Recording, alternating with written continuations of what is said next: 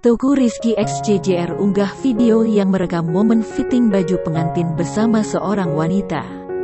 Mantan personel boyband JJR, Teuku Rizky kini tengah hangat diperbincangkan.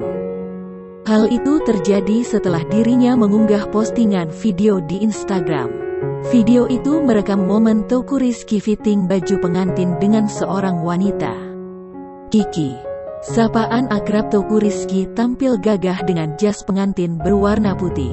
Sementara itu seorang wanita tampak anggun memakai kebaya berwarna putih yang dipadukan dengan rok batik.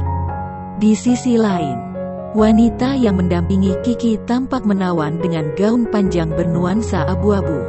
Dalam captionnya, Kiki menulis kalimat basmalah serta ucapan terima kasih kepada desainer.